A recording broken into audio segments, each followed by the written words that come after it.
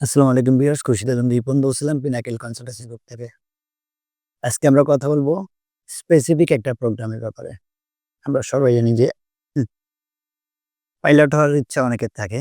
এটা অ্যাকচুয়াল একটা a dream profession. কারণ এই একটাই প্রফেশন যেখানে মানে লাক্সারিয়াস লাইফ লিড করা যায়।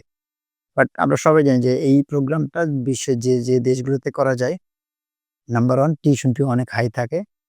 নাম্বার 2 ল্যাঙ্গুয়েজ রিকোয়ারমেন্টস অনেক হাই থাকে। সাথে একাডেমিক রিকোয়ারমেন্টস সবগুলো মিলাই কিন্তু খুব হাই প্রোফাইল বা মানে ওই লেভেলের স্টুডেন্ট ছাড়া কিন্তু আমরা মনে করি খুব মেরিটোরিয়াস স্টুডেন্ট ছাড়া কিন্তু এই প্রোগ্রামে এপ্লাই করা যায় না এবং এট দ্য সেম টাইম অনেক রিস্ক হইতে হয়। বাট আজকের সেশনে আলাপ করব যে আ আ এই প্রোগ্রামটা কম খরচে এবং লো ল্যাঙ্গুয়েজ রিকোয়ারমেন্টস এ করা যায় কিনা? আজকে আমরা কথা বলব এস্তোনিয়া নিয়ে। আমরা সবাই জানি যে রিফিউজাল বা যেকোনো দেশের প্রসেস করলে সবসময় ১ম একটা ভয় থাকে যে ভিসার ইস্যু। আমি তো কাউন্সেলিং করি, আমার কাছে সবসময় আসে যে ভাইয়া ভিসার ইস্যু কেমন হবে? সো এস্তোনিয়া আসলে আমরা পিনাকেল থেকে অনেক স্টুডেন্ট পাঠিয়েছি। লাস্ট ২-৩ বছর এস্তোনিয়াতে আমরা বাংলাদেশি স্টুডেন্টরা নিচ্ছিল না বলে আমরা এপ্লাই করতেছিলাম না। বাট গুড নিউজ হচ্ছে এবার বাংলাদেশ থেকে কিন্তু বাংলাদেশি স্টুডেন্টের জন্য কিন্তু এস্তোনিয়া অ্যাডমিশন নিচ্ছে এবং এস্তোনিয়ার জন্য যে প্রবলেম যেটা থাকে যে দিল্লি ছাড়া কোথাও ফাইল সাবমিট করা যায় না। বাট এবার আরো একটা অপশন আমাদের জন্য আছে। যদি কেউ চায় দিল্লি সাবমিট করতে পারে, বাট না চাইলে কিন্তু চায়নাতে কিন্তু এস্তোনিয়া ভিসা প্রসেস করা যাচ্ছে এবং খুব কুইকেস্ট টাইমে ডিসিশন পাওয়া যাচ্ছে। সুতরাং ওই ঝামেলাটা নেই। এখন আমরা জানি যে পাইলট হওয়ার জন্য যে প্রোগ্রামটা সেই প্রোগ্রামের টিউশন ফিস কেমন এবং ল্যাঙ্গুয়েজ রিকোয়ারমেন্টস কেমন। মাত্র IELTS 5.5 দিয়ে কিন্তু আপনি এপ্লাই করতে পারবেন। যারা ইন্টারমিডিয়েট পাস আছেন জিপিএ 4 থাকলে এবং IELTS যদি 5.5 থাকে বাট ইন্ডিভিজুয়ালি 5.5 থাকতে হবে। ওভারঅল 6 থাকুক, ওভারঅল যদি 5.5 থাকে সেক্ষেত্রেও কোনো প্রবলেম নেই। বাট প্রত্যেকটা ব্যান্ডে 5.5 থাকতে হবে।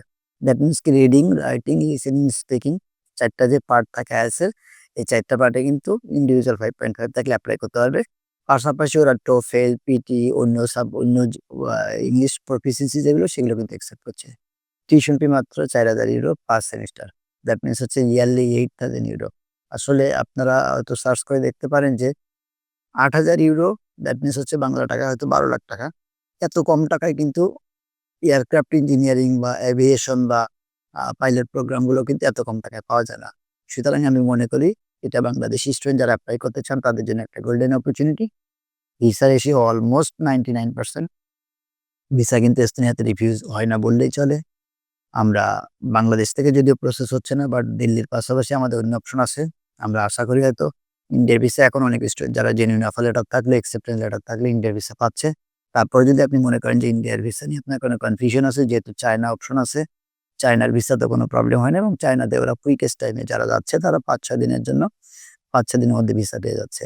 সুতরাং এস্তোনিয়ার যারা পাইলট হতে চান তাদের জন্য কিন্তু এস্তোনিয়া একটা গুড অপশন। পাশাপাশি একটু বলে রাখি যে এস্তোনিয়া সেনজেনভুক্ত একটা কান্ট্রি। ১,৩৬,০০,০০০ মানুষ, অসম্ভব সিকিউর কান্ট্রি এবং লিভিং ফুডিং কস্ট আমাদের মাথায় থাকে যে এই খরচটা অনেক বেশি কিনা। লিভিং ফুডিং কস্ট কিন্তু এস্তোনিয়াতে অনেক কম। পাশাপাশি এস্তোনিয়াতে যারা স্টুডেন্ট ভিসায় যাবেন তাদের কিন্তু আলাদা করে কোনো ওয়ার্ক পারমিট দরকার হয় না। স্টুডেন্ট ভিসায় গেলে এটা হচ্ছে আপনার স্টাডি পারমিট আছে মিনস হচ্ছে আপনি ওয়ার্কের জন্য এলিজিবল এবং আমরা সবাই জানি ২০ ঘন্টা, ১৬ ঘন্টা, ২৬ ঘন্টা, ৩০ ঘন্টার বিভিন্ন রুলস থাকে বিভিন্ন দেশে। এখানে কিন্তু ক্লাসের বাইরে আপনি আনলিমিটেড জব করতে পারবেন। কোনো আওয়ার রেস্ট্রিকশন নেই এবং আলাদা করে কোনো পারমিট লাগে না।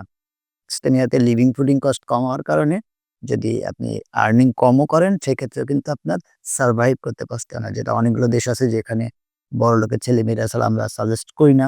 নিউজিল্যান্ড, নেদারল্যান্ড এগুলোতে কিন্তু লিভিং কস্টও বেশি, টিউশন ফিও বেশি থাকে। সুতরাং যারা পাইলট হইতে চান, যাদের স্বপ্ন হচ্ছে পাইলট হওয়া, তাদের জন্য কিন্তু এটা একটা গোল্ডেন অপরচুনিটি। আমরা পিনাকেল ২৩ বছর ধরে এডুকেশন কনসালটেন্সি লাইনে আছি এবং যে দেশগুলোতে আমরা পাঠাই সবগুলো দেশে আমাদের আফটার ভিসা সার্ভিসটা আমরা সিকিউর করি। একটা স্টুডেন্ট ভিসা পাওয়ার পরে আমি জানি নতুন একটা দেশে যাচ্ছে তার এয়ারপোর্ট থেকে পিক আপ করা, অ্যাকোমোডেশন ঠিক করা, থাকা খাওয়া বা পার্ট টাইম জবে সাপোর্ট দিয়ে এগুলো কিন্তু আমরা করে থাকি। এবং সবচেয়ে ভাইটাল যেটি সেটা হচ্ছে যে আপনার প্রসেসটি অ্যাডমিশন টু ভিসা প্রসেস যেন অ্যাকুরেট হতে হয়। সো বিশ্বাস রাখতে পারেন ২৩ বছর অল্প সময় না। ২৩ বছর ধরে যেহেতু এই কনসালটেন্সি লাইনে আছি এবং মোর দ্যান ৯,০০০ স্টুডেন্ট পাঠিয়েছি। সো পিনাকেল থেকে যদি আপনার ভিসাটা প্রসেস করেন আশা করি ১ মিনিটেতে প্রসেসিং হবে এবং স্পেশালি এস্তোনিয়ার জন্য যদি প্রসেস করেন যেহেতু এখানে ভিসা রেট অলমোস্ট 100% আমাদের আগে যেগুলো গেছে কোনো রিফিউজাল নেই। সুতরাং এস্তোনিয়াটা রিফিউজালের ভয় কম। IELTS মাত্র 5.5 দিয়ে পাইলট প্রোগ্রামের জন্য আপনি এপ্লাই করতে পারেন। পাশাপাশি বলে রাখি এস্তোনিয়াতে কিন্তু আর যারা এপ্লাই করতে চান আমরা সবগুলো ইউনিভার্সিটির জন্য প্রসেস করি। অনেকগুলো সাবজেক্ট আছে, অনেকগুলো অপশন আছে। অনেকগুলো ইউনিভার্সিটিতে যদি এমন থাকে যে আপনার IELTS এ 5.5 আছে কিন্তু একটা ব্যান্ডে 5 সেক্ষেত্রেও আমাদের কাছে অপশন আছে। যদি ওভারঅল IELTS এ 6 থাকে, স্টাডি গ্যাপ থাকে সেক্ষেত্রে অপশন আছে। সো এস্তোনিয়ার জন্য আমরা পিনাকেল থেকে এস্তোনিয়ার ডেট একটু বলে রাখি যে এস্তোনিয়ার অ্যাপ্লিকেশন পোর্টাল কিন্তু অলরেডি সেপ্টেম্বর 2026 এর জন্য ওপেন হয়ে গেছে। খুব বেশি দিন আসলে ওপেন থাকে না, ১-১.৫ মাস থাকে। সুতরাং যদি আপনি কেউ এস্তোনিয়া এপ্লাই করতে চান খুব দ্রুত এপ্লাই করা উচিত বলে আমি মনে করি।